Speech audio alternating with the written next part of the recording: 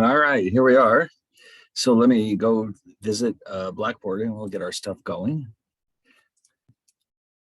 So if I remember correctly, we were part of the way into 15, we had started to discuss monetary policy and the Fed. So that's an important part of the course because obviously interest rates have a major impact on exchange rates, as you saw from the asset market model. So we want to take a step back now and understand where interest rates come from in the first place and how Fed policy can affect the dollar. All right, so let's go grab those notes. Let's see. Wait a minute, where are we here?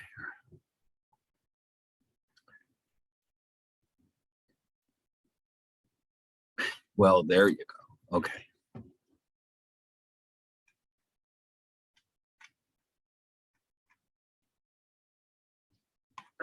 All right, great. All right, so 15.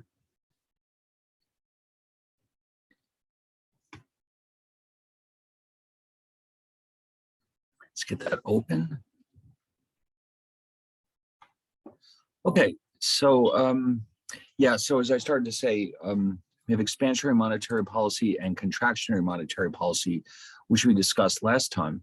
But just in general, we want to understand what the Federal Reserve System is and how it actually carries out monetary policy and what impact that has on exchange rates. And we'll see as we go along throughout the course that throughout history, there have been many types of exchange rate systems that have been tried. And, you know, the one we have now is called a flexible exchange rate system, but it hasn't always worked that way. In fact, as recently as the early 70s, the US had a fixed exchange rate policy where our exchange rates were tied to the exchange rates of quite a few countries in Western Europe. And so the point of that was to stabilize exchange rates and reduce foreign exchange risk so that trade could be reestablished between those countries following World War II. Okay, so this we'll discuss later on, but right now, for the most part, most countries have flexible exchange rates, but that's not the only type of system that can be used. And in fact, countries that are very small or they have a lot of inflation or there are other problems, sometimes find that flexible exchange rates are not really the best way to go. In some extreme cases, and again, we'll discuss this in a later chapter, countries have actually abandoned their own currency in favor of the dollar. You may be surprised to learn, for example, that Ecuador does not have its own currency. They use US dollars. And so it's a very interesting situation. They decided to go ahead and do this because their own currency was being destroyed by inflation. And so since that time, they adopted the dollar in 1999. Their inflation rate and their interest rates have become much closer to US levels than what they had previously experienced themselves. In other words, their inflation rate was something like 60%. Now it's been consistently in single digits ever since they adopted the dollar. And their inflation rate has been quite a bit lower too. Now, the only thing they give up is the ability to carry out their own independent monetary policy because, in effect, they have no control over their own money supply since it's all dollars that were earned from exports to the United States. But in the meantime, we're going to look at how monetary policy is conducted in the United States by the central bank, which is called the Federal Reserve System. Now, this is an interesting topic all of its own. In fact, in a different class, you might spend more time talking about the history of the Fed. The Fed is a little bit unusual in the sense that it actually hasn't been around very long, considering how old the country is. The Fed was actually created in 1913, which means, you know, the U.S. obviously was founded in 1776, and yet our central bank only dates back to 1913. How is this even possible? Well, there were a couple of previous attempts at having central banks that didn't quite work out. And so there was a long stretch of time in the latter half of the 19th century where we didn't have a central bank at all. It makes you wonder how the economy survived. But the Fed was created in 1913, and it was intended to be a little bit different than most other countries' central banks. It was meant to be a system of independent central banks. In fact, that's why we have 12 district Federal Reserve banks scattered throughout the country. And but it didn't really work out that way. It really turned out to be a very similar setup as to what you would see in, for example, England, which has the Bank of England. And of course, the Bank of England has been around since 1694. It's the second oldest central bank in the world to the Bank of Sweden.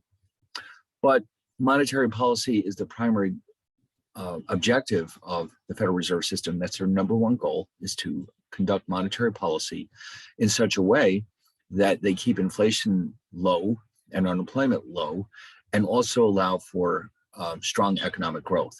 So unfortunately, those three objectives can often conflict with each other. So it's not an easy job, but they've done very well in the last several decades. They had a rough going in the early years. In fact, many economists blame them, at least in part, for the Depression.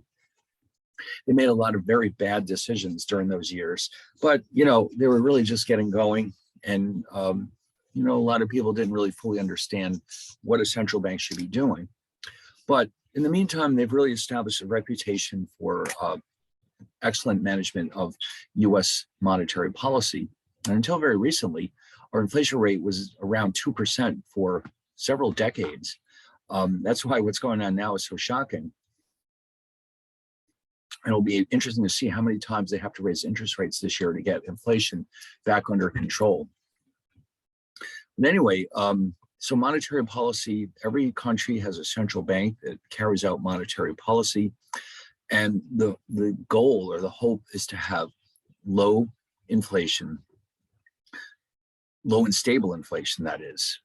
It's very helpful if the inflation rate is predictable. It's very hard for businesses and consumers to plan for the long run if inflation is unpredictable, if it randomly bounces around. The idea here is that it should be something that's relatively low, but also as stable as possible.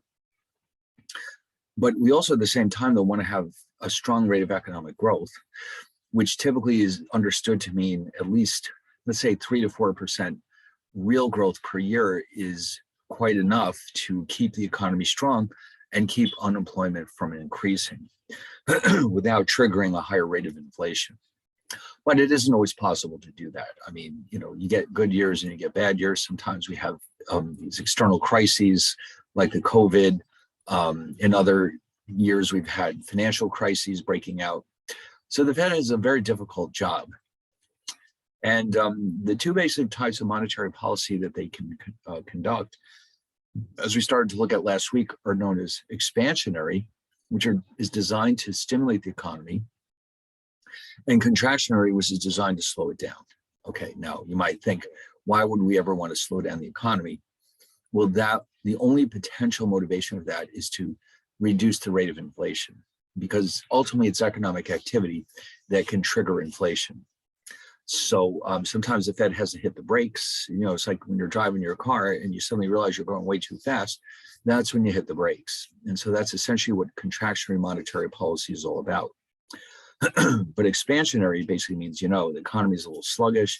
It could use a little stimulation. And the way to do that typically is to lower interest rates. Why? Because with lower interest rates, you can probably imagine people will spend more money, especially on big ticket items like houses and cars. And businesses are more likely to invest in new equipment or new products. They're more likely to hire new people. Their own borrowing costs are going down. So it's very good for consumers and businesses when rates are dropping. And the Fed knows that, and that's why lowering rates is what they're trying to do if the economy starts to slow down. So how do they exactly do this? Well, I do want to mention here that we're going to here act like the Fed can directly control the money supply, but that isn't really the case. Their control of it is really only indirect. But we're going to treat monetary policy as if the Fed can just say, okay, we want the money supply to reach this level, and that's it. They can try, and but yes, there are other factors that are out of their control, which means that their control of the money supply isn't always perfect. For example, they can make funds available to the banking system, but they can't force the banks to lend them out. That's happened in past financial crises, by the way, like the credit crisis of 2008. The Fed very much tried very hard to put funds in the hands of the banks to lend out to customers, and the banks wouldn't do it. They were worried about what was happening. And so the increase in money supply had very little impact on the economy. So, the Fed only has a limited amount of control of the money supply. And but if they are able to raise the money supply, typically interest rates go down. That increases investment activity by businesses and spending by consumers on big ticket items like cars and other expensive items. And that's only going to make the economy stronger. Okay, so unemployment starts to fall, although if the Fed continues this for any length of time, eventually that can trigger a higher rate of inflation. So in other words, there's a danger of overdoing this. Now, in some countries, the central bank's objectives are a little bit different. For example, in Germany, the Bundesbank, because of their awful experience with inflation between the two world wars, they're very, very rigidly anti-inflation. In other words, they are going to do whatever it takes to keep their inflation rate from rising above, let's say, 1 or 2% per year, because to them, that's the absolute top priority, keeping inflation under control. In the US, that's true to a large degree, but there are other considerations can sometimes get involved. And so the US's number one priority is fighting inflation, but sometimes the Fed may decide not to raise rates if they're worried that the economy is too fragile to handle it. Then you get other countries. Traditionally, Italy's central bank was willing to put up with a lot of inflation to keep unemployment as low as possible. And unfortunately, they usually ended up with more of both, inflation and unemployment. So you don't know. Every country is different. And an important consideration here, which isn't mentioned in the slides, is that the Fed was designed to be as independent from the government as possible. Okay. I mean, you can imagine how things would work if politicians had any control over the Fed. They would do whatever it took to get themselves elected, regardless of the impact on the economy. So the Fed is extremely well insulated from the government. The government doesn't actually have any power to actually tell the Fed what to do. And furthermore, the Fed has its own source of funds, so the government doesn't even give them a budget. So there really isn't much the government can do if the Fed is doing something that they're not happy about. I mean, usually the Fed coordinates with the government as far as monetary and fiscal policy are concerned, but the government really doesn't have any actual authority over the Fed. They can't really say to them, listen, we want you to raise rates or to lower rates. They don't have that kind of power. So in countries that have very independent central banks like that, inflation tends to be very low because, fighting inflation can be politically unpopular. So with the Fed being insulated from those pressures, they can do what they think is right rather than what's popular. So anyway, contractionary monetary policy just works in reverse. This is only used when we are worried about inflation getting out of control. That's why this year, for example, you can expect to see the Fed raise rates at least a few times because they're really getting worried. I mean, and they should be, because every day you read that the inflation rate is the highest it's been since the 70s, which, by the way, in the 70s, the inflation rate got into double digits, which was absolutely unprecedented at the time. There's a lot of reasons for that, but part of it was extreme mismanagement by the federal government. And the Fed at the time wasn't quite so committed to, fighting inflation as it is now. In fact, if you study the history of the Fed in the late 70s, it finally got to the point where inflation was over 13%. And the Fed actually had to change the way that they do or conduct monetary policy. In fact, they took the extraordinary step of having a meeting on a Saturday night in October where they decided from now on, that's it. Our top priority is fighting inflation. And so for the next few years, they went out and they did exactly that. And so even though it was very costly to the economy, they did manage to get inflation from 13 down to about 2. And it stayed there for about 40 years until just now. And in fact, in the press, that was called the October surprise because the Fed announced it one Saturday night. Listen, we're changing the way we do business. From now on, inflation fighting is our top priority. And that remains the case today. Inflation has to be kept under control, otherwise the economy suffers. Anyway, now remember here, we're still thinking in terms of the short run. We won't see the long run until the next chapter. The short run means prices haven't had time to adjust. They're relatively fixed. So policy is not going to have any impact in the short run on inflation. It takes time for the impact of monetary fiscal policy to be felt in the rate of inflation.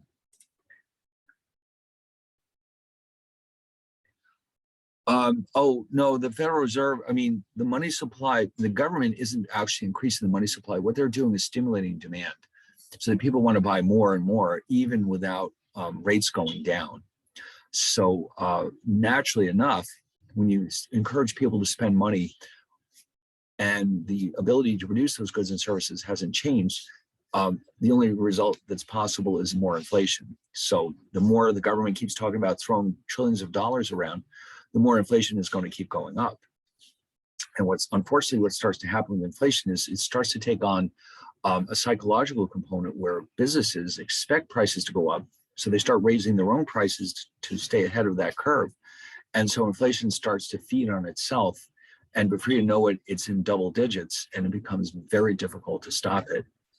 And we're getting into that territory now. In fact, there are two basic measures of inflation that economists look at are the CPI, the Consumer Price Index, which refers to the cost of living for consumers. Let's just quickly go through this.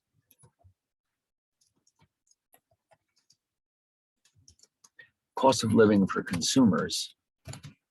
And then the PPI, which is the Producer Price Index. This is the cost of doing business. In other words, if this is where you would find things like raw materials and crude oil and the things that businesses have to buy to sell their products or produce their products. If those expenses are going up, if it suddenly becomes more expensive for businesses to produce their products, sooner or later, those costs have to be passed along to the consumers in order for them to stay in business. So the PPI is often referred to as a leading indicator, which means that, in other words, when the PPI rises, CPI typically rises in the future. In other words, like if you see the PPI going up, that may translate into a higher CPI down the road in 6 months or a year. So the PPI the other day just reached 9.7%. So even though the CPI is still around 7 in that neighborhood, the fact that the PPI is rising so quickly is a bad sign. It means that the inflation rate, if anything, is probably going to continue to rise in the near future. And so, the government just goes along its merry way and says, what the heck, we'll just spend more money, spend more money, spend more money. The people in power right now, spending more money is the answer to everything. And of course, it's not the answer to anything. You're just destroying the economy, but there's nothing you can say to them right now. But yes, so these are very bad signs. Now, when the Fed starts actually raising rates, they haven't actually done it yet. In fact, I'm not even sure when their next meeting is. Let's check this out.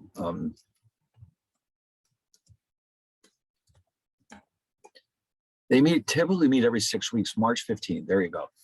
And so what's going to happen is they're going to come out and say, listen, we've decided to do the following. They're going to tell us probably that they raised rates, and then they're going to tell us why.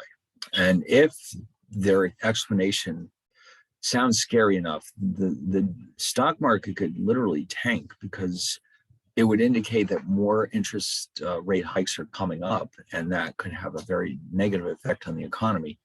So it'll be interesting to see what happens next month when they get together again. This actually is the Federal Open Market Committee that's meeting. As we'll see, this is a group within the Fed that actually decides whether or not to raise rates. That's what they primarily do. They have other duties as well, but they're the ones who actually announce, yes, we're raising rates, no, we're not. So they get together typically 8 times a year. And even if they don't change the rate of interest, what they will do is at least issue a statement, which helps us look inside what they're thinking and what they're seeing in the economy. Like, do they see more inflation down the road, or do they see price stability, or do they see problems in different parts of the country? All the different regional Feds have their own publications. And in fact, I think I included a map in my slides about the Federal Reserve itself. If not, we can go find one. No, maybe not just yet.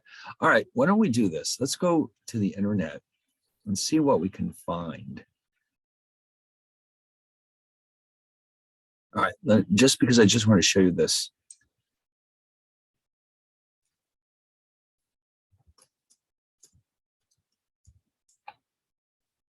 Oh, God, they're all over the place. Here we go. This one is as good as any. So you can see there are 12 of them. And they're scattered around the country. And now, keep in mind, the Fed was created in 1913. You might wonder why the San Francisco district is so huge compared to the New York district, which is 2 yellow. 1 is Boston. You can see there's 12 of them. And some of these districts are enormous. So because in 1913, very few people actually lived west of the Mississippi River. People didn't really start moving in droves to California until the 50s. Before that, nobody wanted to live out there, I guess. And so most of the population was on the East Coast. And so these districts are quite small in terms of geography. But the point was each one was supposed to have roughly the same amount of population. So there's 12 of them, and the Board of Governors is in Washington. The Board of Governors oversees the entire system. Now, interestingly enough, here's something you may have never noticed. If you take a dollar bill out of your pocket, what you're going to see on there, in fact, I'll see if I can get a picture of one on Google here. This is just a fun little trivia thing. Every U.S. $1 bill has a seal over here, and you can see there's a big letter there, G. That tells me that this was issued by the Chicago Fed. What happens is paper money is actually printed at the Bureau of Engraving and Printing in Washington, but it's issued through the Federal Reserve System. Each district Federal Reserve Bank issues dollar bills, and not just ones, I mean all paper money, through its own regional banks. But it says right on here, 7G, this is the 7th district, which you can see is Chicago. So if you look in your wallet, you'll see that, wait a minute, I've got all these different dollar bills from all over the place. You may have every single one of them in there somewhere. So for example, maybe you've got number 6, which is Atlanta, or maybe you've got number 10, which is Kansas City. That's how you know, right there. They don't do this on the higher bills. Higher denomination bills. I don't really know why, but this tells you right away where it came from. Okay, well, yeah, it's like, you have dollar bills in your wallet. You don't necessarily always look at them. There's a lot of fun stuff going on back here if you haven't really looked at it carefully. Like, for example, the eagle has 13 arrows and 13 olive branches in his claws, which basically means, well, it's up to you. Do you want to fight with me, or do you want to make peace with me? I'm ready either way. Okay. There's this emblem, e pluribus unum, which means from many one. In other words, from many states, we created one nation. What else do we have? Oh, here's some more Latin. Novus Ordo Seclorum, which means a new order for the ages. Annuit Coeptus, I've forgotten what that means. We can look that up. The Great Pyramid, I'm not sure if anyone really knows what that's doing there, but it says in Roman numerals down here, 1776. There's In God We Trust, which has been there for, I don't remember the exact date that they decided to put that on there, but it's been there quite a few years. And this is a Gilbert Stuart portrait of George Washington. They always have the signatures from the Secretary of the Treasury and the Controller of the Currency. And now this little message right here basically says this is money. The Federal Reserve issued this note, and you are required to use it as a form of money. That's what this really means. It's not convertible into gold or silver, but that wasn't always the case. Throughout U.S. history, up until the 1930s, many dollar bills were convertible into gold, and until 1964, many of them were convertible into silver. Okay, not anymore. It's just paper money. It is what it says. That's it. It's not convertible into anything. Now, if you want to see what these notes used to look like, let's just grab a few at random. Like, for example, this $10 bill, which was issued in the early 1900s, it actually says the words gold certificate. And you notice how they promise you on the bottom, $10 in gold coin payable to the bearer on demand, which meant this note is simply a certificate which you can trade for gold anytime you choose. That's your decision. It actually is backed by gold. They have gold somewhere that they will give to you if you ask for it. Then, as far as the silver, by the way, if you're a collector, you can buy anything you want. I mean, they've got all of this stuff here. In fact, after I show you these pictures, every website I visit for the next 3 weeks is going to have little ads for this place, which is okay. I might want to buy them. Who knows? All right, let's look at a silver certificate. Oh boy, now look at this. Look what it says on there. $1 silver payable to the bearer on demand. It means that this is simply a certificate that represents a dollar bill. All right. That means anytime you choose, you can take this to the bank and say, listen, give me $1 worth of silver. And there it is. And it says even here, this certifies that there has been deposited in the Treasury of the United States of America $1 silver payable to the bearer on demand. So if you didn't trust the government, you would just cash these in for gold or silver. End of story. And they had to give it to you because it says it on there that they have to give you $1 worth of silver, I mean. Okay, well, that was a different time, I can tell you. But anyway, so here's the 12 district Federal Reserve banks. And obviously one of them is in New York City. And just while we're on the topic, the New York City Fed has one thing that the others don't have.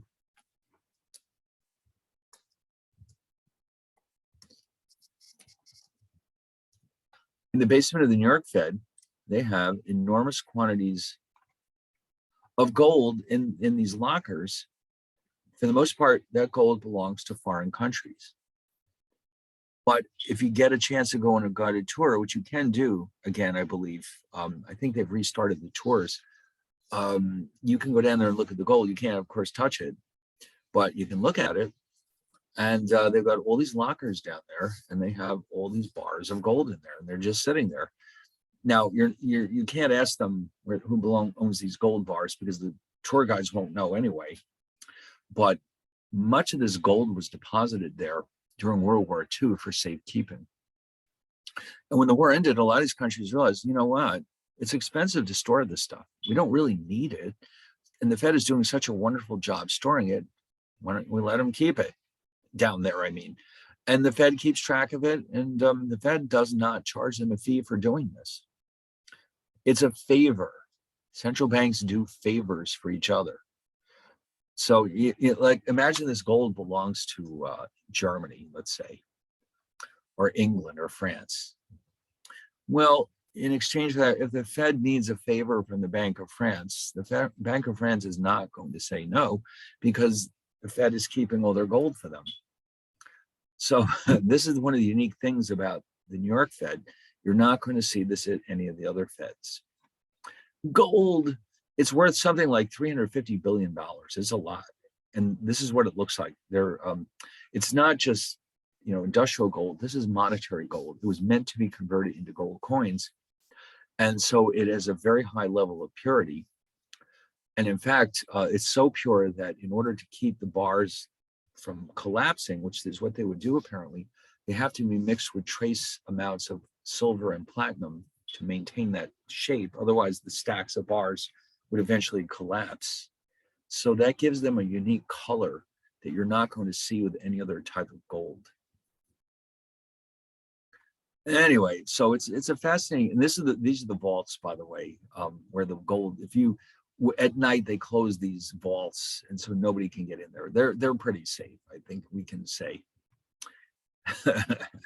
So that's one of the big secrets of the New York Fed, the gold vaults. So all right, anyway, so the Fed carries out monetary policy, but it's specifically the Federal Open Market Committee of the Fed that is carrying out the monetary policy. They have a lot of other duties too. For example, they regulate the banking system. They actually clear checks. I'm sure it's been a while since you wrote a check, but they still have checks. They're used still, although not nearly as frequently. And those checks are cleared by the Federal Reserve System. The Fed also has the ability, if they choose to do so, to intervene in the foreign exchange markets. If they have some reason to want to, let's say, prop up the dollar or maybe reduce its value, they have the ability to do so. So they have a lot of power, but their primary job is to keep inflation under control.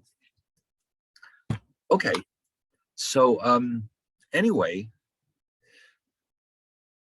so we're going to assume in this chapter that the supply of money, we're going to simplify everything greatly. Just say, listen, the money supply is determined by the Fed, end of story. We know in reality that isn't quite that simple, but we're going to assume that the Fed says, let's raise this money supply by 10%. That's exactly what happens. Now, the Fed does control something called the monetary base, which is indirectly related to the money supply. Increases the monetary base, increase the money supply, although not necessarily on a one-for-one basis. So the monetary base comes from the Fed's balance sheet, which as a nonprofit organization, it does not have any equity. It has assets and liabilities, and that's it. So on the asset side, we have domestic assets, which consist of bank loans. They do sometimes lend money to the banks. And of course, those are assets because they expect the banks to pay them back with interest. They also own a huge portfolio of treasury securities. Over the years, they've used their profits to buy treasury securities to help reduce the debts of the United States. Those are assets. They belong to the Fed, but they're liabilities of the Treasury Department. Also, at any given time, the Fed owns foreign bonds, typically issued by foreign central banks or foreign governments. Okay, now those are what they're using to intervene in the foreign exchange markets. So on the other hand, on the right-hand side, liabilities. Now currency, this is listed here as a liability. This is sort of like an anachronism because it's referring back to the time when the currency in circulation could be cashed in for gold and silver by the public anytime. So these were truly liabilities of the Fed. The Fed had to have enough gold and silver on hand to cover the demand for these redemptions. Now it's kind of more of a fiction than anything, but we still list it here as a liability. And then reserves, the banks are required to set aside some of their deposits with the Fed to make sure that the banking system doesn't run out of money. Those are referred to as reserves, but they do belong to the banks themselves. They don't belong to the Fed. So we think of them as liabilities because the Fed, in effect, owes this money to the banks. Now, the significance here is that the Fed can directly control the amount of money in circulation. They literally can release money into any one of their districts anytime they choose. And they also can change the quantity of reserves that the banks hold. They can require more. And sometimes they can actually add reserves to the bank's accounts. So they do directly control the monetary base. But this only has an indirect link to the money supply. If, for example, the Fed raises the quantity of reserves in the banking system, the banks have more money they can lend out to their customers, and they typically end up doing exactly that. But in order to entice their customers to borrow more money, they probably will have to offer them a lower rate of interest. They might say, listen, you want to borrow more money from us, we'll give you a deal. We'll lower your rates to this level. And before you know it, interest rates throughout the entire economy are falling. So now, by the way, you're probably wondering, like, what is the connection between the monetary base and the money supply? There is a number called the money multiplier, which tells us how much a dollar change in the monetary base influences the money supply. Now, if we go to FRED, the Federal Reserve Economic Database of St. Louis, they may have these numbers for us.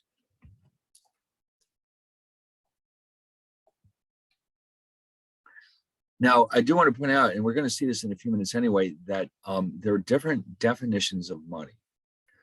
The two more common ones are called M1 and M2. M1, for the most part, consists of currency in circulation and checking deposits. So when there's a change in the monetary base, presumably there will be an impact in the actual money supply. Now, if you look at this chart, you'll see that up until the credit crisis, the money multiplier was about 1.5, which means that if the Fed added $1 to the monetary base, the money supply would typically go up by about $1.50. Then all of a sudden, during the crisis, that dropped off. And now you can see down here, it was actually less than 1. That's interesting. Now, at some point, the series was discontinued, mainly because of the difficulties in measuring it properly. The Fed decided that, you know what, this number is no longer as useful as it used to be, so there's no point in keeping track of it anymore. That's why they stopped it. Okay, but you can see way back here in the 80s, it got over 3 for a while, which meant that when the Fed added $1 worth of, let's say, reserves to the banking system, it would ultimately translate into a $3 increase in the money supply. So monetary policy was awfully powerful back then. Now it's powerful, but it's not as easy to change the money supply as it used to be. And in fact, even measuring the money supply has become very challenging because of the technology. What do I mean by that? Well, let's say you have one of these high-powered accounts online with your bank that lets you transfer funds between accounts and lets you pay bills online and all this and that. That kind of thing is wonderful for consumers, but it makes it much harder for the Fed to measure the money supply. All right, because the definition of money itself is becoming very tricky to deal with. What is money? I mean, well, it's a very challenging question. But so the Fed's job is made harder by all these wonderful technological innovations. Not that they can't do it, it's just that it used to be much simpler. Okay, so yeah, I mean, you know, when you can like deposit a check just by taking a picture of it with your phone, you know, all these wonderful things we can do now. Well, let's just say that causes problems for the Fed. Anyway, now, the banks, like I said, have to keep a certain quantity of their deposits on in an account with the Fed, and they're called reserves. Now, sometimes the banks, well, let's say the amount they're supposed to keep with the Fed falls a little short of its target. What do the banks do then? In order to avoid getting into trouble with the Fed, what they usually do is they just borrow what they need from the other banks. Okay, because at any given time, some of the banks will have more reserves than they need, and some will not have enough. So they get together and they make a deal, basically, The ones that have surplus reserves lend them to the banks that don't have enough.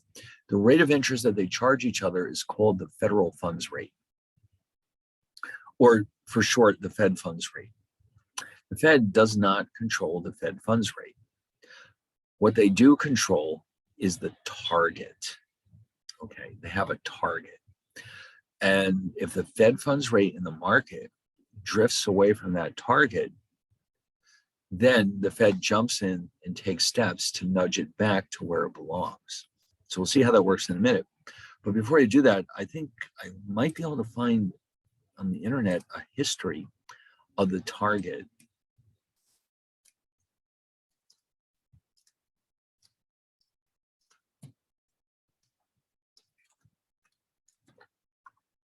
Oh, here we go. No, let's prime rate. Okay, here it is. So it goes back to January. Look at that. January 1, 1990, it was 8.25%. You know what it is right now? It's 0.25%. And even then, it's so low that it's not even a number, it's a range. It's anywhere between 0 and 0.25% is fine. It's been there ever since. It has not budged in almost 2 years, but that's obviously about to change. Prior to that, it was pretty low, the late teens, I guess we should call them now. But throughout history, look at as recently as, let's say, 2017, we're looking at like a 7 rather, 475, 525. This is much more normal throughout US history. Back here, this is during another recession. The rate was quite low. But prior to that, look at that. It got as high as 6% in the spring of 2000 when the internet bubble was at its full, peak. So the rates we have now are very, very low. Look at this, 8.25 at one point. Now that's interesting because we didn't have a lot of inflation back then, and yet look how high those rates are. Can you imagine what it would have cost to get a mortgage? So this is becoming the new normal.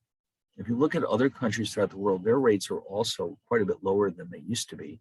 And in Japan, their rates have been close to 0 since the late 80s. And their inflation rate has been close to 0 too. I mean, prices are just so stable in Japan. But anyway, so that's the federal funds rate target. And so what the Fed does is say, here's the target. So let's say that in the marketplace, the Fed funds rate drifts above 0.25, then they'll step in and they will take steps to push it back in that range. If for some reason it becomes negative, they'll do the same thing. Now, by the way, you might think that negative interest rates are impossible, but oh boy, would you be wrong. And in fact, this might actually be a good topic for somebody, talking about how it's possible to have negative interest rates and what are the good and the bad things about it. And in fact, you might say, well, this never happens in the real world, does it? But guess what?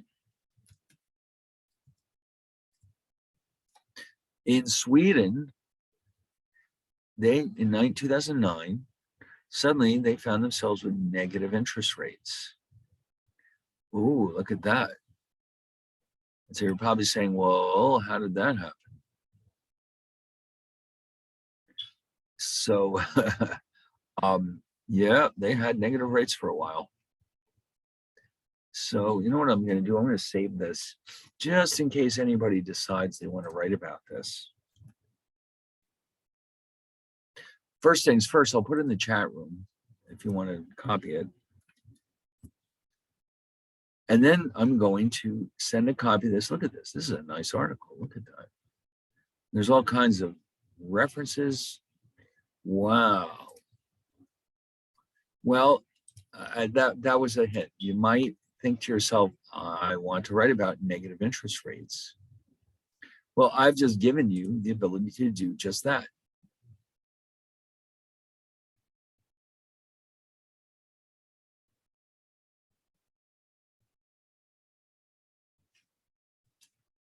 So I always, whenever I find an important link, I always send a copy to myself because I know I'm going to never find it again. You know how it is with the internet. You think, oh, I'll just Google the same thing. It just never seems to work out, does it? No, it's impossible to find anything anymore. The internet is so big.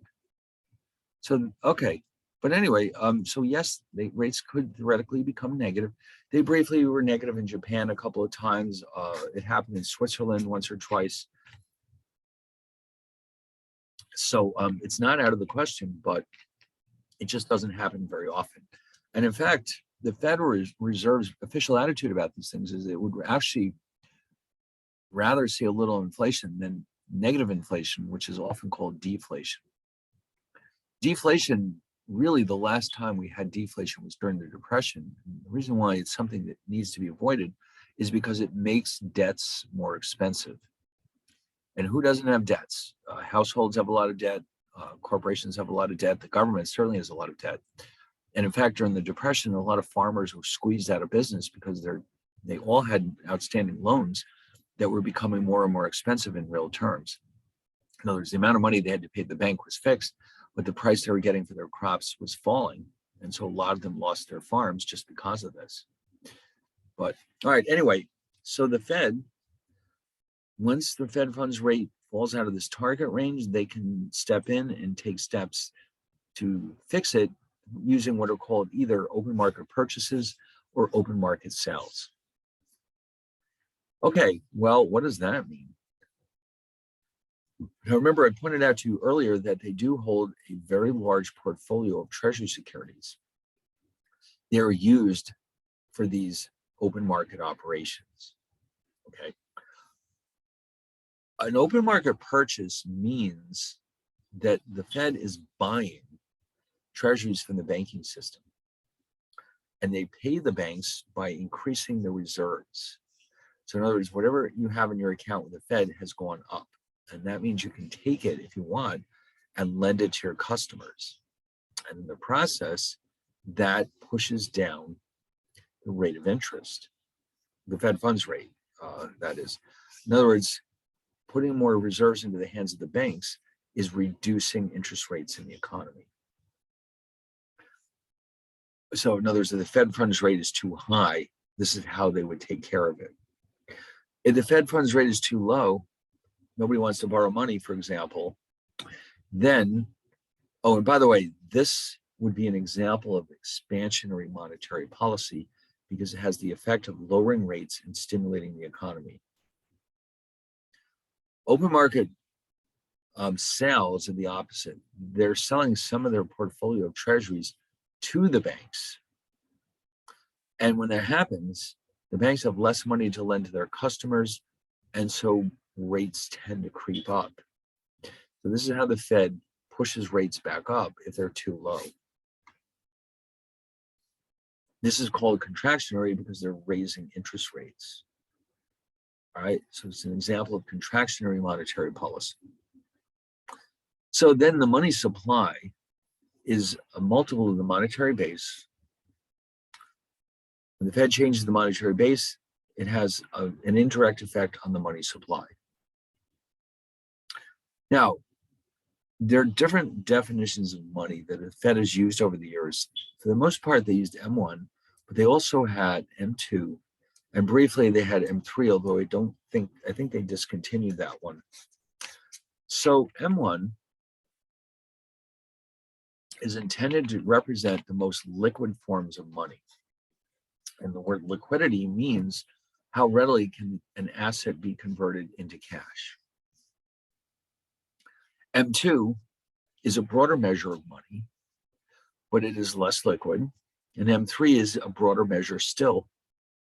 Now, these numbers, I believe, are still available on Fred. I think they may have just stopped keeping track of this because, again, of the difficulties in measuring it. And if you look at this carefully, oh my God, what happened here? Well, according to this, in last November, M1 was about $20 trillion. Wow, that's a lot of money. I wonder why it spiked up like that. I don't know what's going on with that. it must have something. This is one of the reasons why I was saying they're having a lot of issues with measurement. And so they may have thought, well, maybe why are we even keeping track of this anymore? But yeah, that's a lot of money, $20 trillion in currency and in checking deposits. Well, if that's the case, what about M2?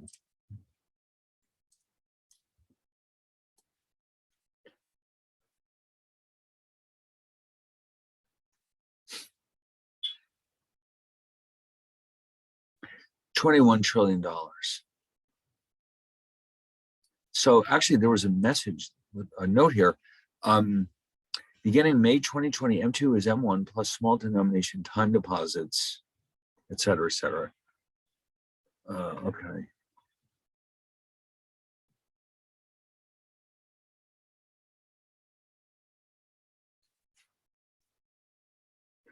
Okay. So the money multiplier, and we were looking at that a little while ago, basically says whatever the monetary base is, multiply that by the multiplier, and that should give us the money supply.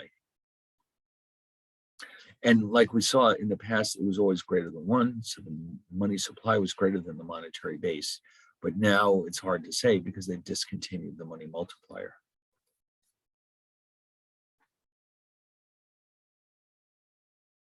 The money multiplier itself used to be considered to be 1 over the required reserve ratio. Now, what that number represents, let me just sneak this in here. RR, the required reserve ratio, is the percentage of deposits that the banks must hold at the Fed in the form of reserves. Okay, in other words, whatever percentage that is, RR is 1 over that. I'm sorry, the money multiplier is 1 over that. So just as a simple example, if RR is 0.10, then the money multiplier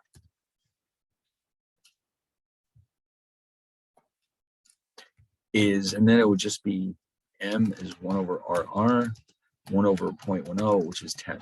So that, if that was true, that would mean that every $1 increase in the monetary base would increase the money supply by $10.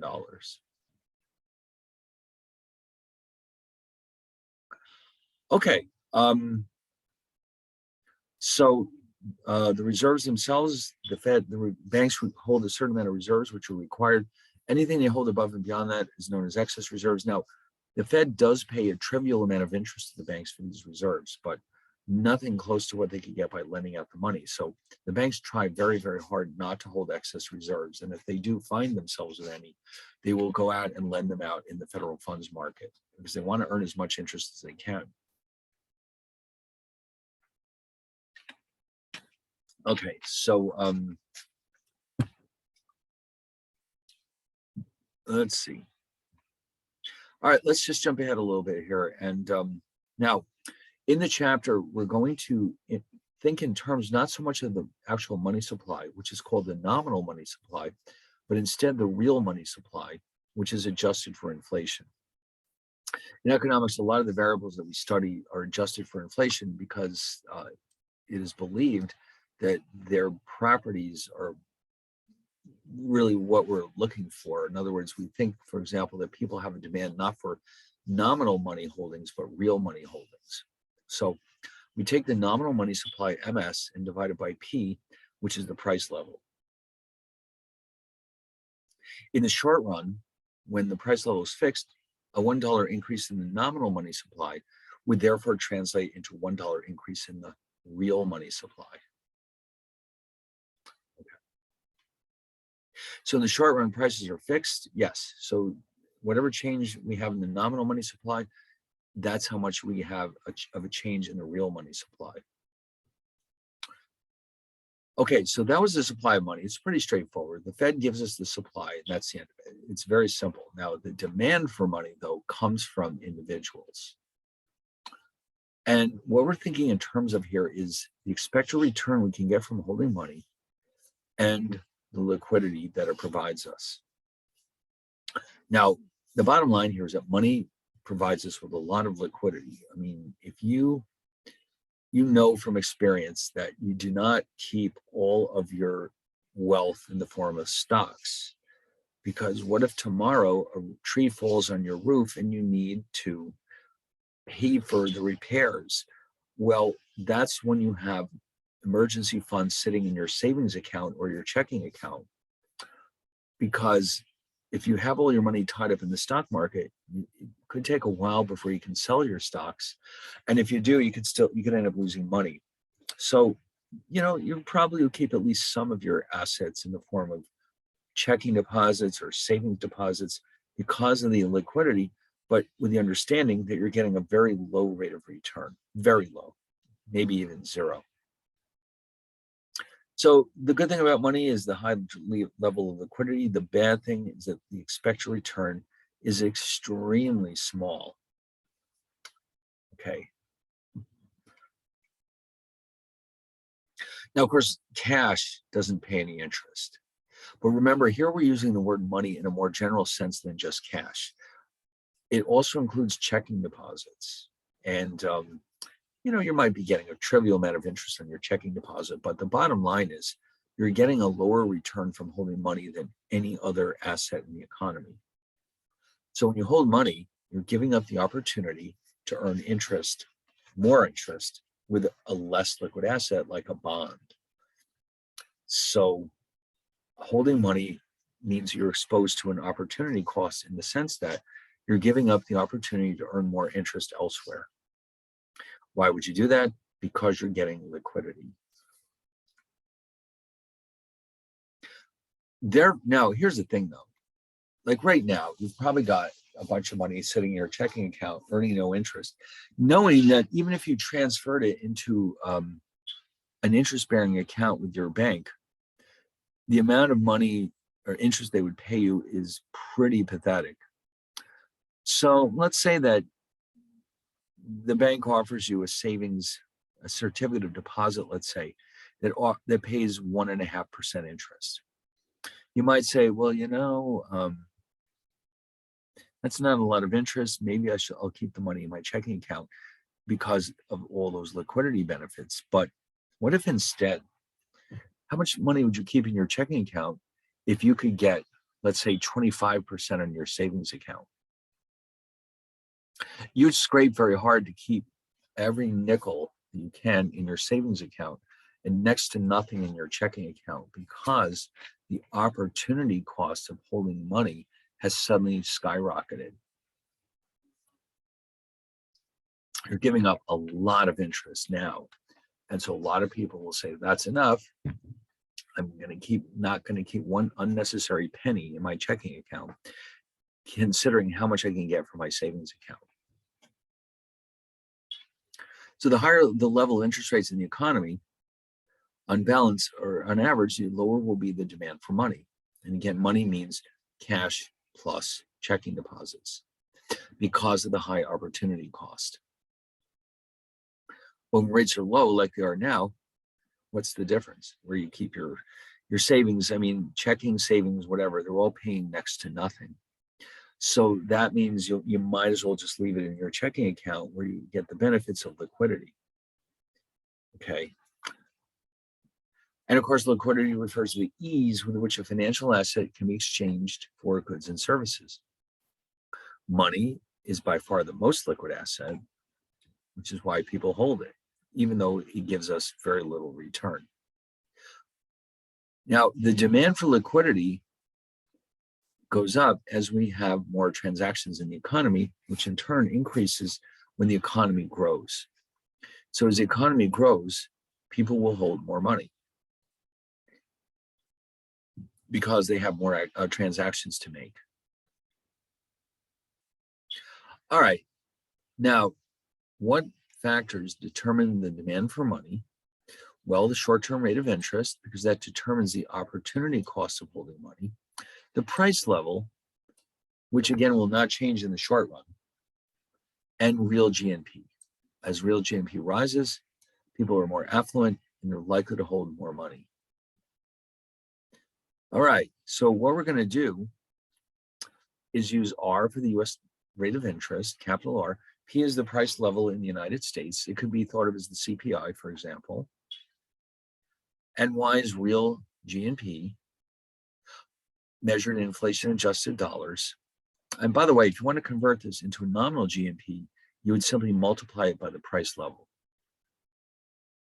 So these are the relationships between nominal and real GNP. Okay? Does that make sense?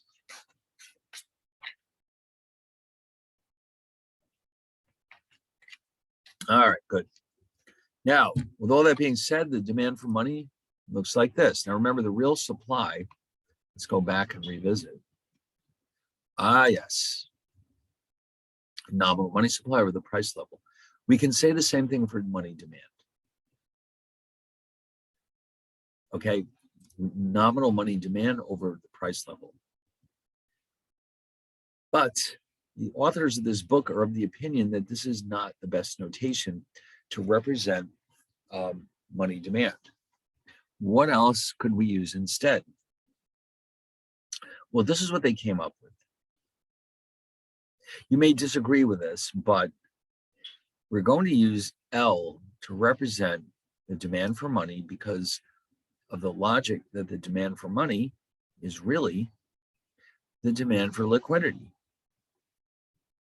And that demand comes from both the current level of interest rates and real GNP. So by writing it this way, you can see that the demand for liquidity depends on the level of interest rates in the economy and real GNP. And furthermore, we note, of course, that when the opportunity cost of money goes up, we hold less money.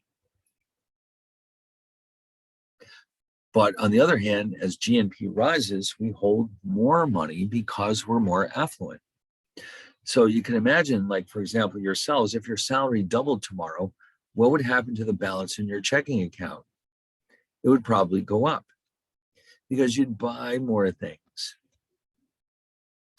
All right, well, anyway, we're going to use this notation now, and suddenly we got these signs in there. What is that all about? All right, well, this little minus means that when R rises, L falls. When R falls, L rises, meaning that it just means they go in opposite directions. When R goes up, the opportunity cost of holding money increases and we hold less of it, and vice versa. The plus for Y means that when Y goes up, so does L. When Y falls, so does L.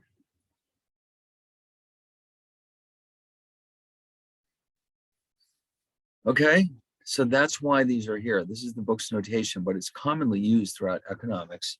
This sign tells me the direction of the relationship between those two variables. All right, now here's the diagram. Now you can see here we've got R, the rate of interest, and when R falls, this Q, by the way, is the quantity of money that we'll hold. As R falls, we hold more money. So R is, negative. All right, lower R, higher quantity of money, and vice versa.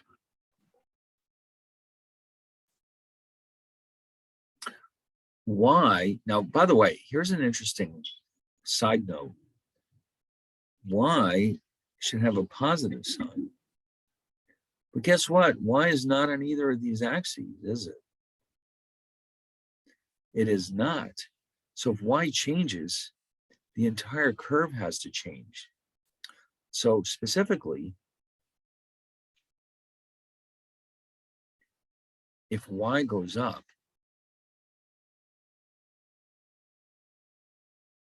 the entire curve shifts to the right because people will hold more money at every level of the rate of interest. But if the opposite happens, if y goes down, people will hold less money at every given level of interest rates. So because y is not on either axis, a change in y has to shift the entire curve. So this one is an increase in money demand.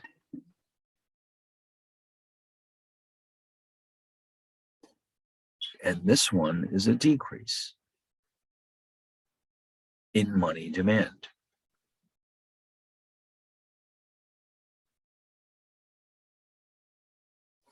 Okay? So that's, in a nutshell, what we need to know about money demand.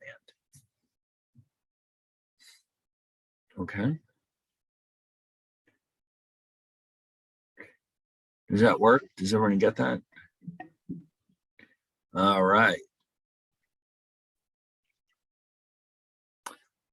Okay, so yes, all right. Well, here it is. I jumped the gun a little bit, but you notice how we're using different numbers here.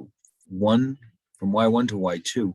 This indicates that y2 is greater than y1. In other words, the shift to the right is an increase in y, which pushes up the demand for money, and the opposite occurs with a shift to the left. Now, equilibrium. We're going to bring these together, just like any other market you've ever seen. And equilibrium will be the point where the real money supply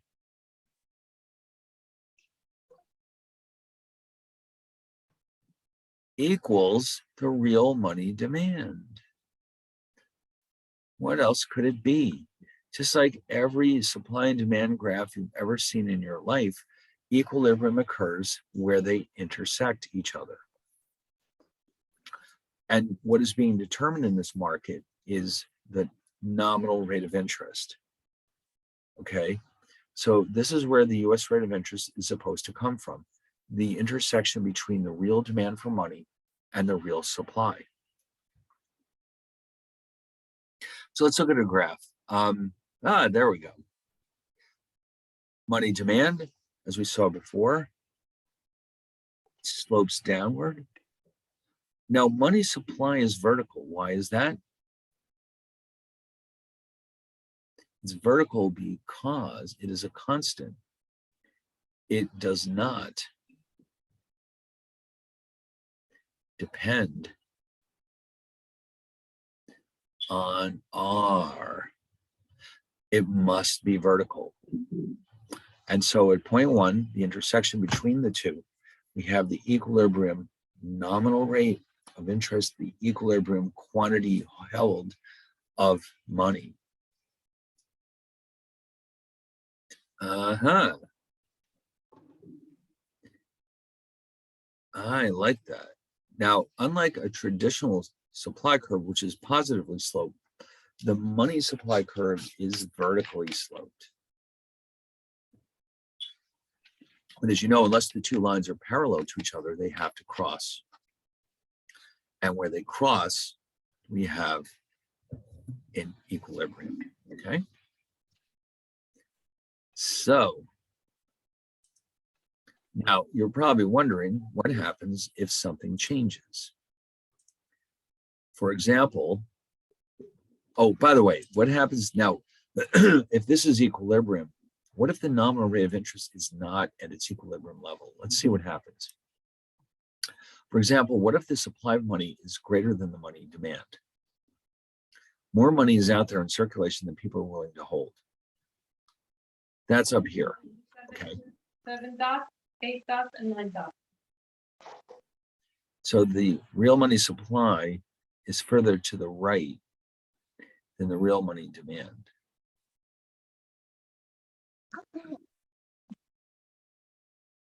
Bye. Yeah.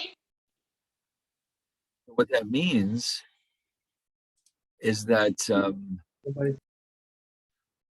it means that something's out of whack. And whenever the supply exceeds the demand, oh, by the way, I do want to point out, I'm sure you've all seen traditional supply and demand curves before. Let me just throw this in here for a second.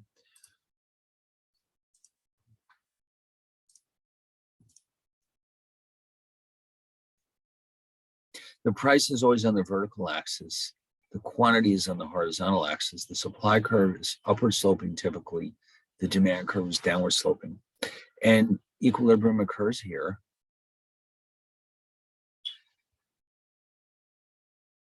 Call that P1 and Q1, I guess. If we find the price is too high, at such a high price, the quantity supplied exceeds the quantity demanded. People are not willing to buy the entire output of this good at such a high price. We call this a surplus.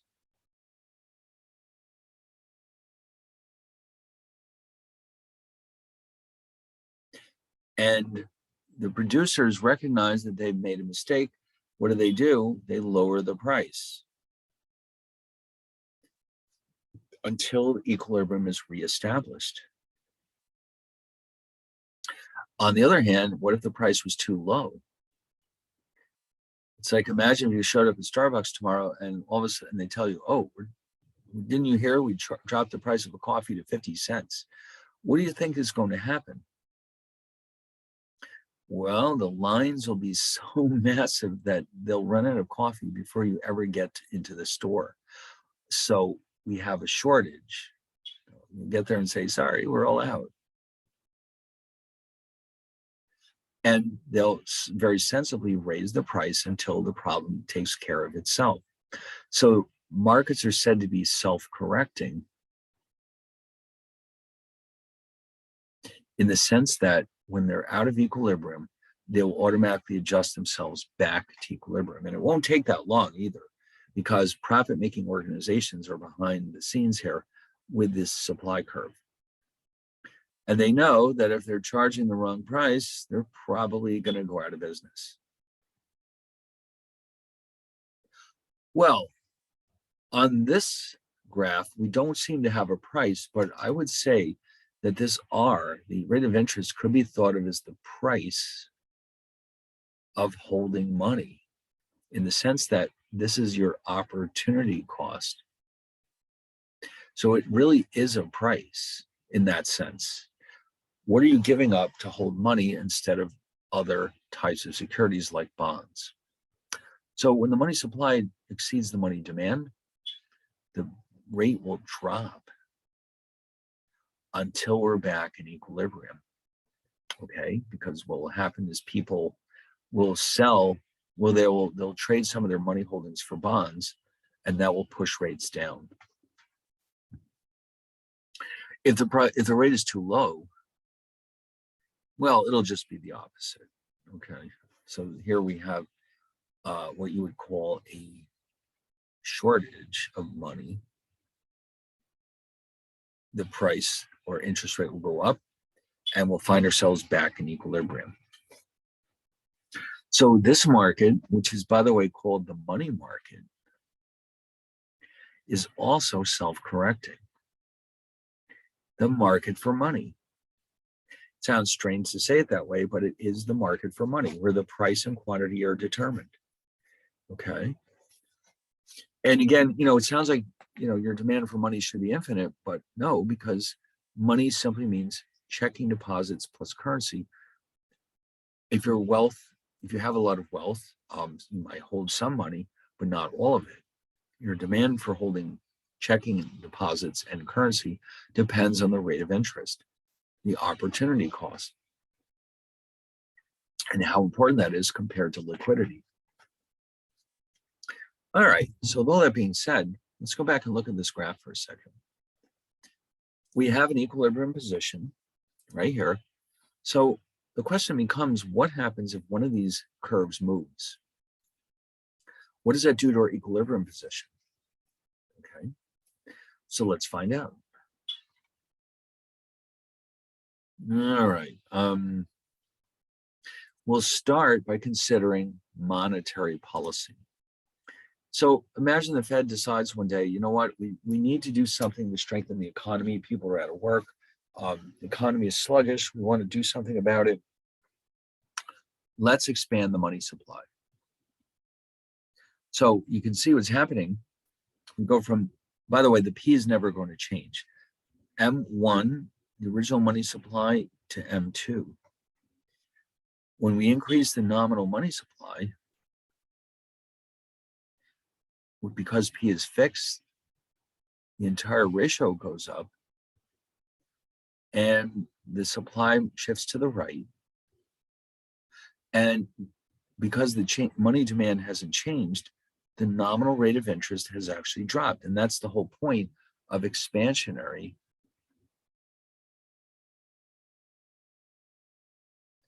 monetary policy.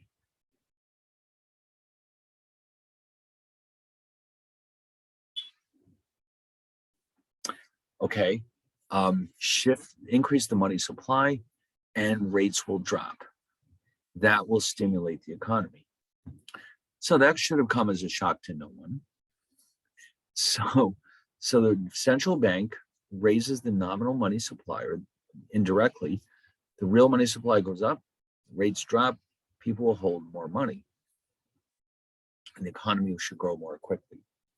That is what we mean by expansionary monetary policy. Now, what about contractionary? It just works in reverse. Of course, what else would it do? We shift to the left. Okay, this is contractionary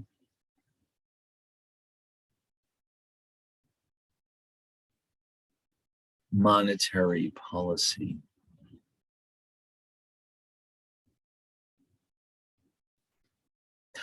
What is the effect? Just exactly what you'd expect. In the new equilibrium position, the nominal rate of interest is going up.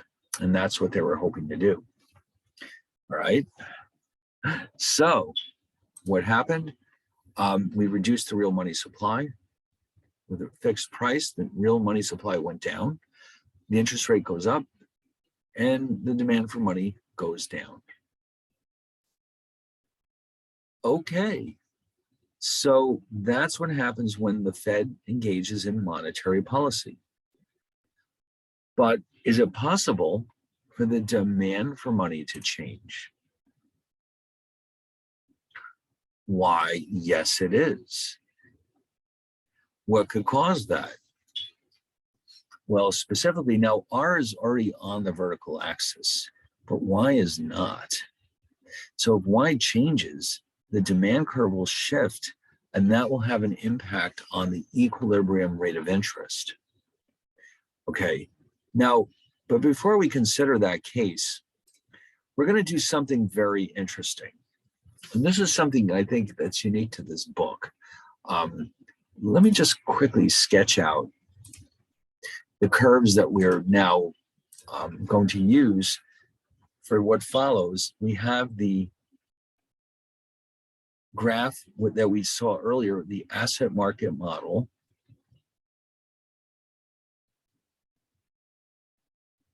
Between the dollar and the pound.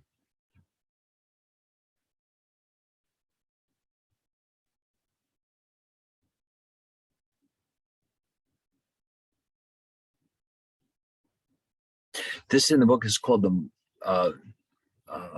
foreign exchange market. Now, there's only two currencies, but this can be extended to any number of currencies.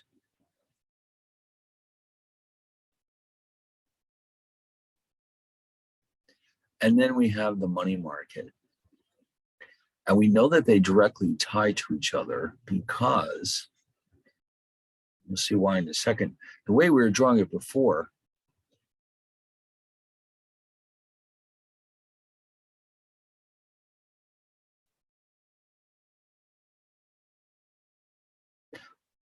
this is the intersection. Same thing here. This rate of interest, which we'll call R1, I guess, is this rate of interest. They're the same rate of interest. It's just that here we needed the subscript $sign to distinguish it from the British rate of interest. But this is the US rate of interest. In other words, what we're saying is that the money market determines this rate of interest. So in other words, the money market determines where the US rate is, and that in turn determines the strength of the dollar. Oh, I see. Now, here's where they got clever. You want to consolidate these two graphs so you can see it all at once how equilibrium is determined in the two markets. Here's the strategy they come up with. Imagine I took the one on the right and flipped it on its side. Now, this percentage, by the way, is nothing but a rate of return. So let me rewrite that as the rate of return.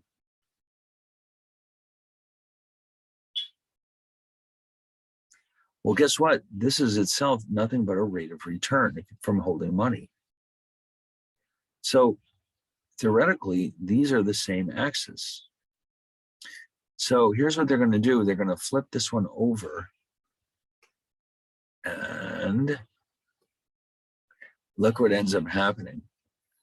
You've got your foreign exchange market up here.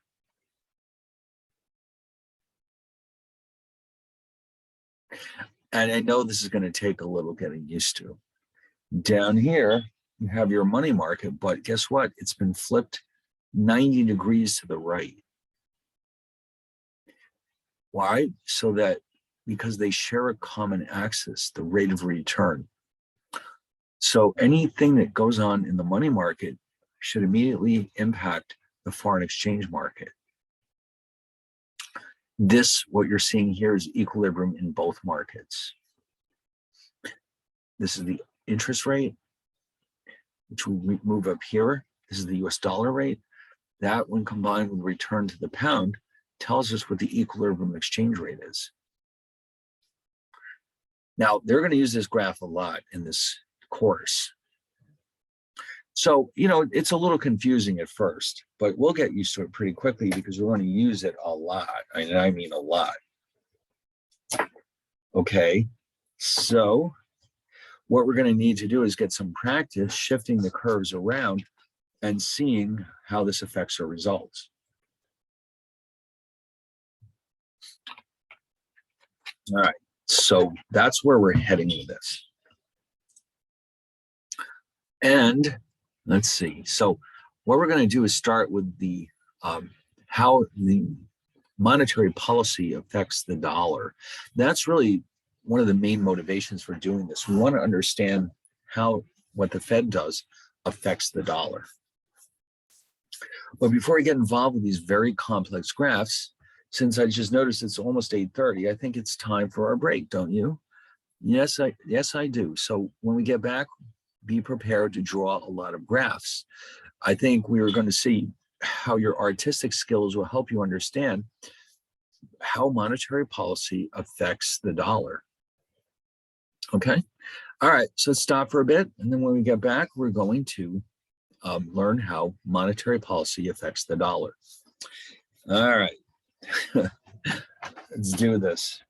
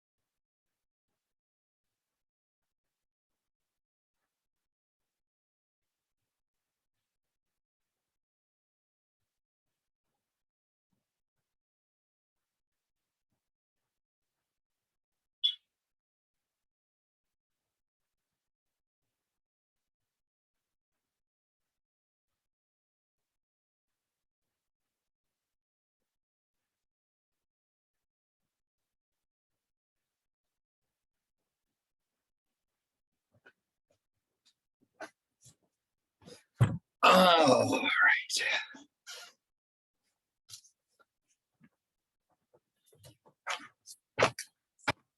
So yes, let's draw some pictures. So why don't we start with expansionary monetary policy? Now we already know that that is designed to reduce the rate of interest to stimulate the economy. But as we already know from the asset market model, when the US rate of interest drops, the dollar actually gets weaker because people find that it's more lucrative to invest in the foreign currency, which in this case is the pound.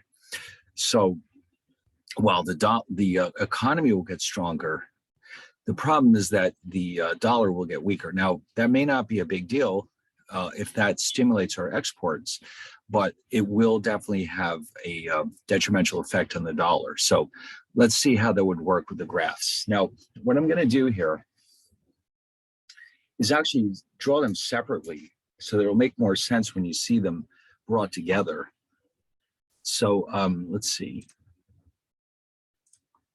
For example,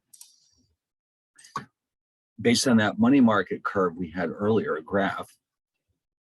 So we have R and Q. Here's the nominal money, a real money supply, I should say. Here's the demand for money. And what's going to happen is this is expansionary.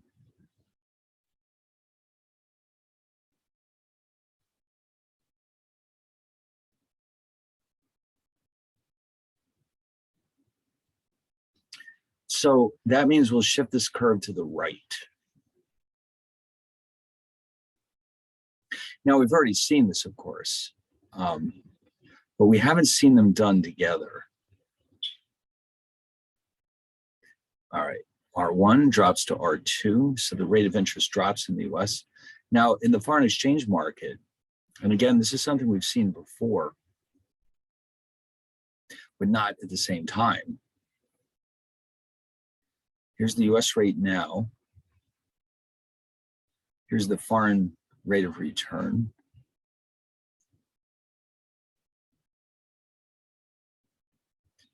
And so the US rate shifts to the right.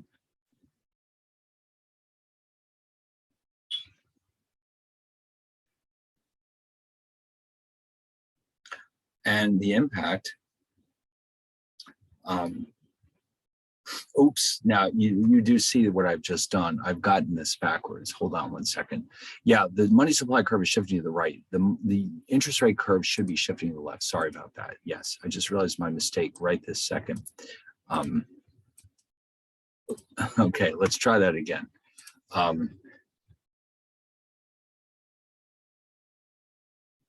So in other words, we should have this shifting over here. So E goes from E1 to E2. So in other words, we've got the result of the interest rate in the US dropping is that we have a weaker dollar.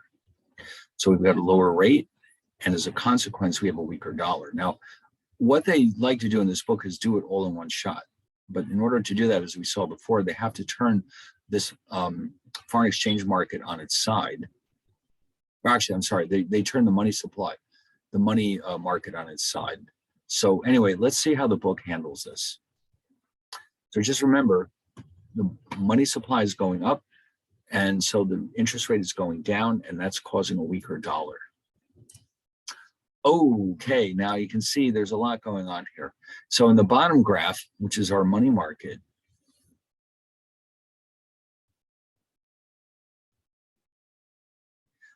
because it's turned on its side, an increase in the money supply means that it's actually going down. Okay, so in other words, when it's facing the correct direction, it's shifting to the right. But if imagine you turn this thing on its side, all of a sudden right means down.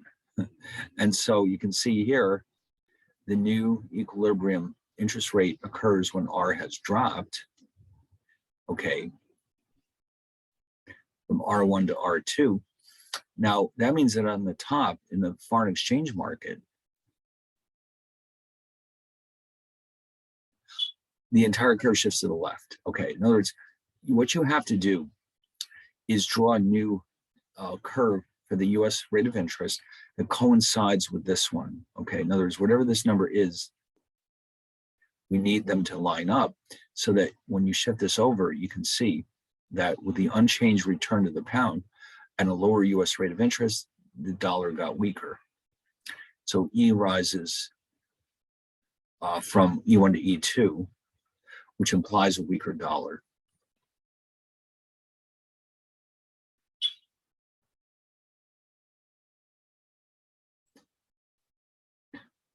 Okay, the dollar has depreciated.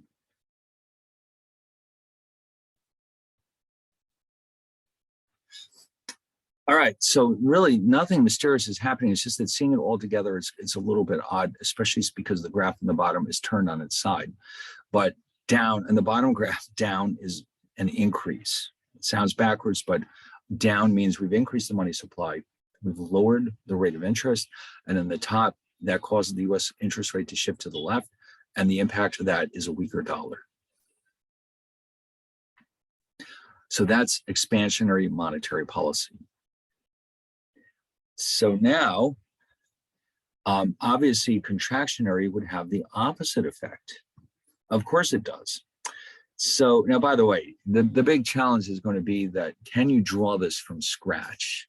Okay, well, it's going to take some practice. In fact, why don't we do this just quickly? Let's see how that would work. If you had to do this right from the beginning, you want to draw a curve, the vertical axis, that's common to both graphs. And let me just straighten this out a little.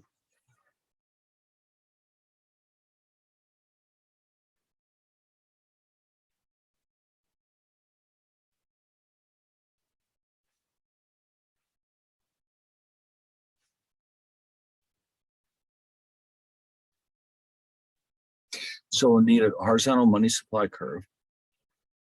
The money demand curve is going to face this way.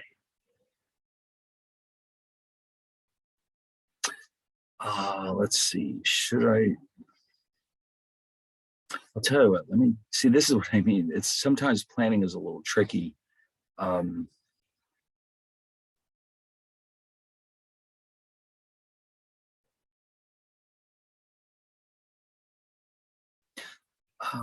Let me see what I can do here.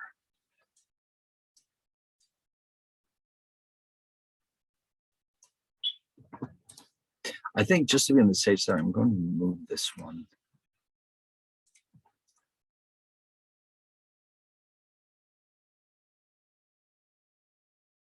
Just because I don't want to run out of room.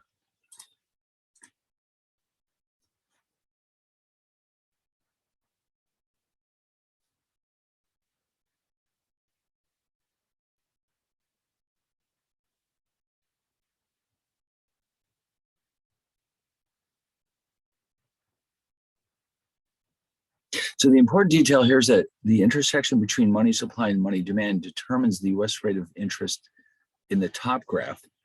The foreign rate is not affected by any of this. You can just put it in there anywhere.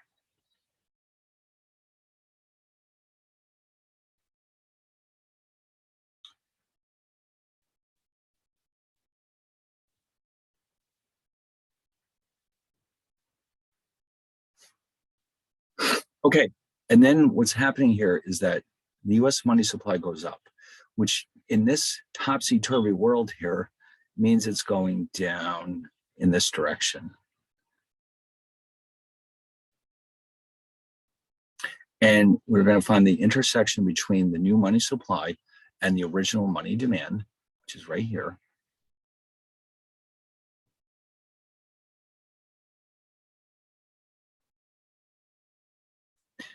Are $2.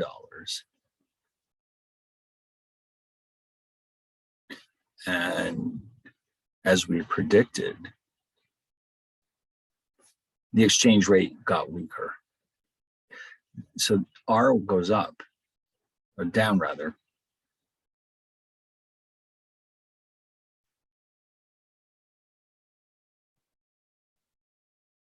the money supply goes up.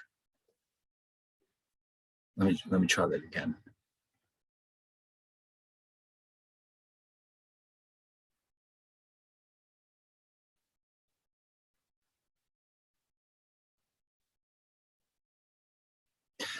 Which pushes down the rate of interest, which pushes up the exchange rate, but that means it's a weaker dollar.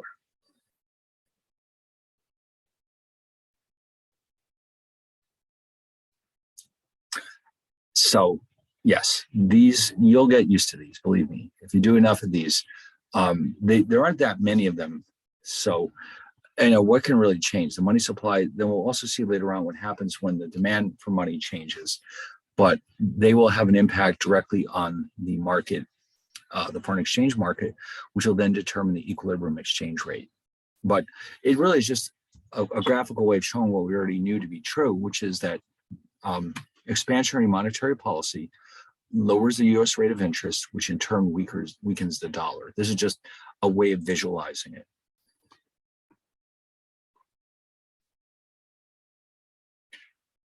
Well, all right then. What about contractionary? Well, contractionary will, of course, raise U.S. rates, but that will, of course, strengthen the dollar. So let's see how that looks. So, and then we'll practice it from scratch. You see what's happening now is that in the bottom, the money supply drops. And again, it's hard to say because, you're used to looking left and right. In the bottom graph, going up means it's decreasing. So the money supply decreases.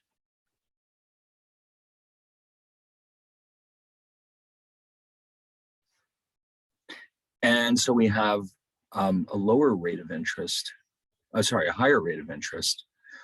And so the US interest rate in the top shifts to the right and the dollar gets stronger. So the money supply decreases. That pushes up the US rate of interest and that makes the dollar stronger.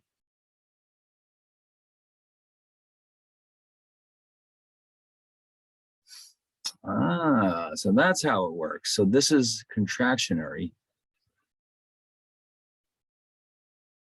monetary policy. And so this is how it affects the dollar. Now the Fed knows this, and they, if they're carrying out contractionary monetary policy, they're mainly worried about the rate of inflation. The impact on the dollar, well, they get it. They know that that's happening, but that's a secondary consideration. As far as they're concerned, the dollar will float to wherever it belongs. Right now, their job is to reduce inflation. And if that means a stronger dollar that reduces exports, well, so be it, because their biggest concern right now is that inflation is out of control. So the impact on the dollar is basically a secondary consideration, at least in the United States. Other countries that depend more heavily on trade, it may be the other way around. They're so worried about their own currency becoming too strong that they may allow inflation to get to very high levels just to make sure that they don't have to strengthen their own currency. So, the objectives depend on the individual country. All right, so why don't we try this? Let's try drawing it from the beginning, just to get some practice. All right.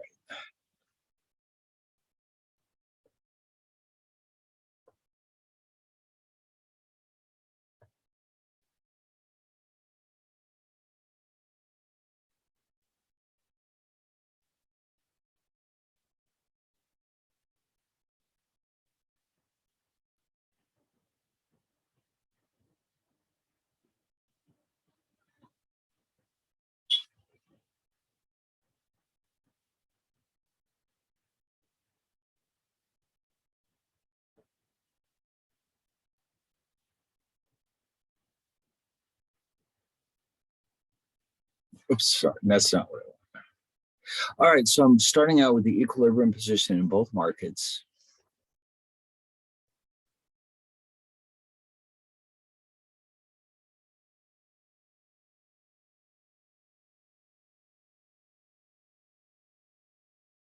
Actually, I think I drew this one. We've been using our $1, whatever. It doesn't really matter.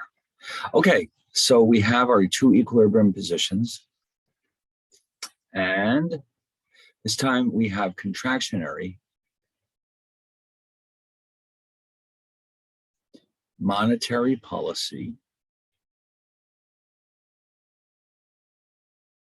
And so that means, now remember, down here, moving in this direction means a reduction in the money supply. Oh, sorry, I'm going the wrong way. Sorry, it's this way. To the top means left. It's very, very confusing, I know.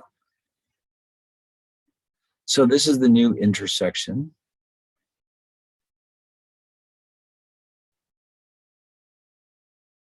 There we go, that's better. And we now have a stronger dollar because the US rate is higher. So in other words, R goes up. Yeah. The money supply goes down. This is the sequence. R goes up and the dollar gets stronger.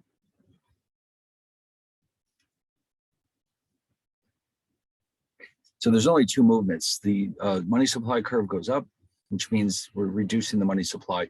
The interest rate in the US goes to the right, which means it's going up, and the impact is a stronger dollar.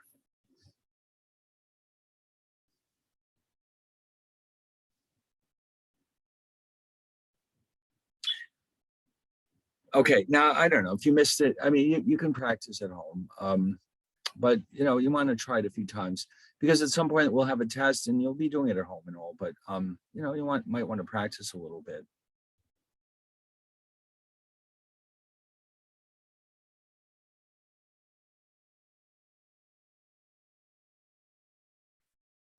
Okay, now the third thing we want to consider is what about monetary policy in the foreign country? What happens if England changes their monetary policy?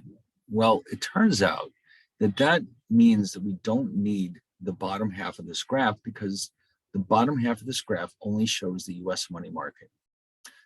For changes in the foreign rate of interest coming from foreign monetary policy, we only need the foreign exchange market graph, the top part. Okay, so in other words, if the British decide to engage in either contractionary or expansionary monetary policy, like here, for example, the Bank of England decides to engage in expansionary monetary policy. That means the British rate of interest drops. And so here we just have the foreign exchange market. We don't need to bother with the US because this will never change. The curve shifts to the left. And of course, that makes the dollar relatively more attractive. So the dollar appreciates, as you can probably imagine, when the British rate drops, because the dollar is now relatively more attractive to investors. We don't see any change in the US, so we don't need to bother with the US money market curve. Now, obviously, so this is expansionary UK monetary policy. Let's add that in here.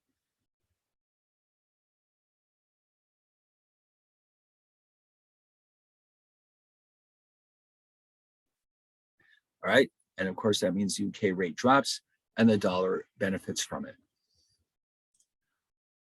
But if they decide to do the opposite, this is contractionary UK monetary policy.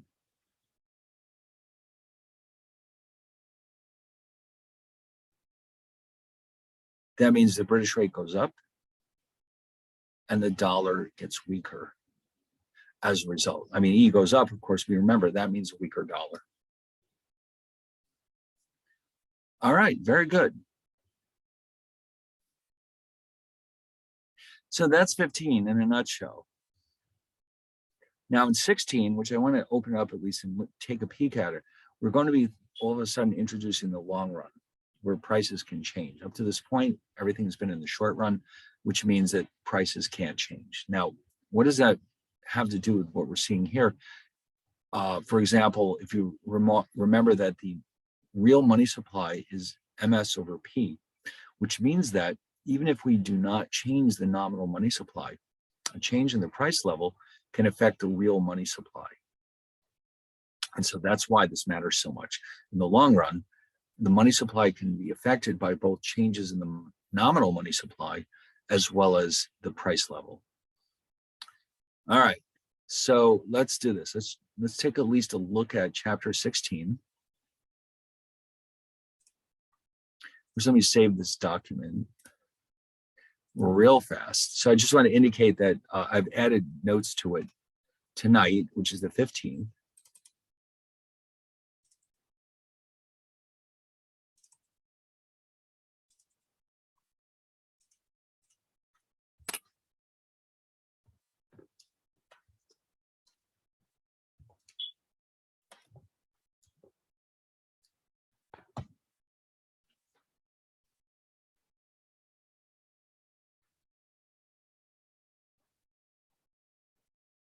All right, so what's 16? Let's go get 16, at least introduce it.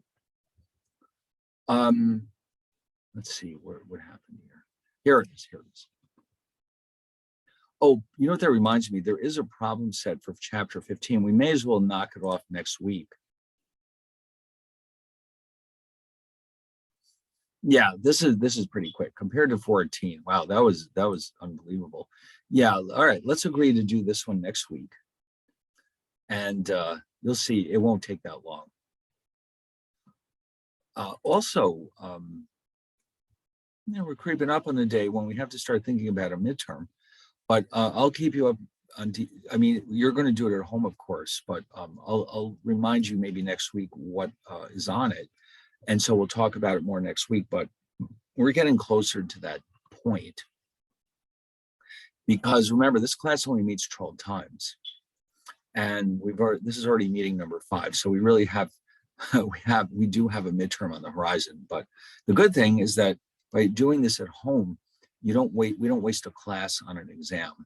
All right, that's kind of nice. That gives us more time to do material and less time is wasted with exams. So, all right, so what's going on in 16? It's way down here somewhere. So here's 16. So how is this different?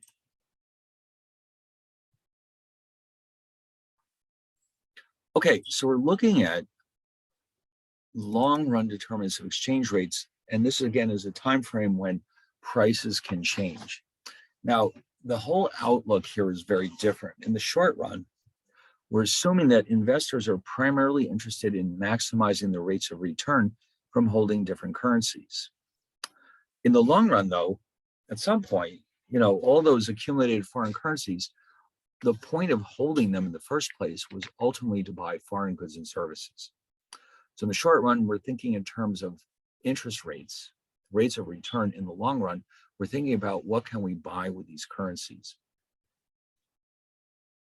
It's just like your retirement savings. I mean, in the short run, you're obsessed with getting the best rate of return, but at some point, the whole point of savings was to be able to buy things with your retirement savings when you're actually retired.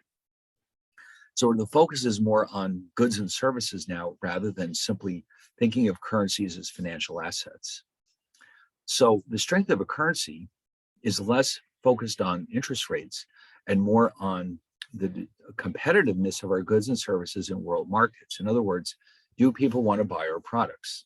If so, our currency should be strong. If people don't want to buy our products, then our currency will probably be very weak. And because of this, one of the factors that will influence people's decision which products to buy will be the rate of inflation. So the rate of inflation starts to matter now to the strength of a currency. And in general, inflation is harmful to a currency because a country that has a lot of inflation means that their products are expensive. And that's going to make it very difficult to sell their products compared with all the other products that are available in world markets. So in the long run, inflation is one of the worst things that can happen to a currency. What really people are looking for is the competitiveness of our products. Are they good quality products and are they inexpensive? If so, we should expect to have a strong currency, at least in the long run. So we're going to look at some theories of how exchange rates are determined in the long run. Now, some of these are quite old. In fact, the first one dates back to about the 18th century, but it's an interesting idea. Okay. You might say, well, it can't possibly be relevant anymore, but that is not necessarily true. So let's take a look at these conditions that we're going to be introducing. We have what's called purchasing power parity. Then we have another version of it called relative purchasing power parity. Then we have the Fisher effect, as you can plainly see, and then the international Fisher effect. Now, these theories are not nearly as complicated as what we were seeing in earlier chapters because they're not arbitrage conditions. In spite of the fact that we're using the word parity, this is not to be confused with interest rate parity, for example, because these are not arbitrage-free relationships. They're simply theories about how exchange rates are determined in the long run. Okay, so now the purchasing power parity theory is the one that's been around for very many centuries. And the whole point of it is that it's trying to tell us that exchange rates are determined by price levels. Nothing else, just price levels. In other words, if you compare the CPI in the United States with the equivalent version in Great Britain, which is called the RPI, Retail Price Index, that should determine the exchange rate between the dollar and the pound. As prices rise in one country compared to the other, that country should experience a weakening or depreciating currency. Okay. Now, this is based on a very important notion. This is, again, something that dates back to about the 18th century in economic thought, this notion of the law of one price. And so the idea here is that a good should sell for the same price in all markets. I mean, it sounds deceptively simple. What it implies, for example, is that gas should have the same price in New York and New Jersey, or New York and LA, that type of thing. Now, of course, in reality, it doesn't have to work that way. There can be other factors that interfere with this.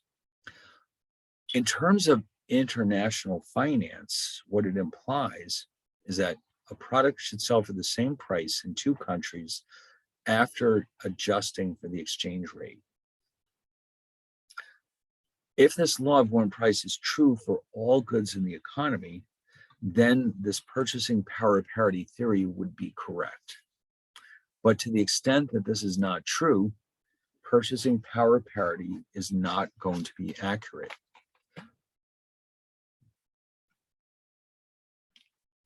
So now it turns out that most likely when these ideas were developed, that obviously our economies were much simpler. It's very possible that the law of one price and PPP probably were very accurate. But now, of course, we'll see why that's no longer the case. Here's a quick example. Let's say gold sell. Now, this is obviously not a very accurate one. $800 an ounce in the U.S. But it's a simple example. It'll do the job. And let's say that the exchange rate between the dollar and the pound is $2 a pound. Well, that implies that gold should sell for 400 pounds in Great Britain. Okay, because $800 divided by $2 per pound is 400 pounds. All right. So therefore, according to the law of one price, if the price in the US is $800 an ounce, and if the exchange rate is $2 a pound, then gold should be selling for 400 pounds per ounce in the UK. If not, then a type of arbitrage could take place, which is known as goods arbitrage. It's not really a true arbitrage in the sense that it's not really risk-free, but it is an opportunity to earn profits from a mispriced asset. In other words, if the gold is too cheap in the UK, less than 400 pounds per ounce, people will simply buy the gold in the UK and resell it in the United States and put the difference in their pockets. Eventually, the price will rise in the UK and we'll be back to the law of one price holding again. If it's the other way around, people will buy the gold in the US and resell it in the UK. The prices will adjust and the law of one price will hold again. So we don't expect this to last too long. It's not, now notice this is not the same as buying and selling currencies or, actual financial assets. This one is different. It's a little trickier because it involves a physical good where there's an actual cost involved in buying it and delivering it. So transactions costs can interfere with this process to a certain degree, but in general, if gold is mispriced enough, you should still be able to make money by buying it where it's too cheap and selling it where it's too expensive. So you don't really expect this to happen. Now, by the way, this is going to work well with gold because gold its properties are the same no matter where you buy or sell it. If we start dealing with goods where that's not true, well, then this relationship starts to break down. And we'll see more of that as we get into this discussion. And so, yes, this is sometimes known as good arbitrage. It's kind of like an arbitrage. It's not strictly speaking a true arbitrage because it's not necessarily risk-free, but it certainly is potentially very profitable. So the PPP theory assumes that the law of one price is true for all goods and all services. So then in order to measure this properly, we can focus on not individual prices, but national price levels, okay? In other words, the CPI in the United States. And in Britain, the equivalent version, like I said before, is called the Retail Price Index. All right, so let's see. Oh, wow, it's getting late here. I'll tell you what, why don't we do this? Next time, we'll do the chapter 15 problem set, and then we'll pick this up again. This chapter doesn't have a whole lot of graphs. It's really more, well, all right. Well, it's a little, it's not that it's a simple chapter, but you don't have these horrifically complicated graphs either. So that's kind of nice, but we do have a lot of interesting things to do here. So, all right, I guess that'll be it for now. And so next week we'll pick it up with chapter 15 problems. We'll do this. And then I think what I'll probably do is post the so-called sample midterm that'll help you practice for the real thing. And then at some point we'll do the real thing. So don't worry, you'll have plenty of time to do this. But we want to build up to it in stages. And so at some point we'll practice, we'll make sure we have all the homework problem sets done. And then we will also work on what's called a sample midterm, which is essentially a review of everything that we've been doing. But not right now, okay? So between now and next week, just take out the chapter 15 problem set and take a look at it. And we'll review it next week.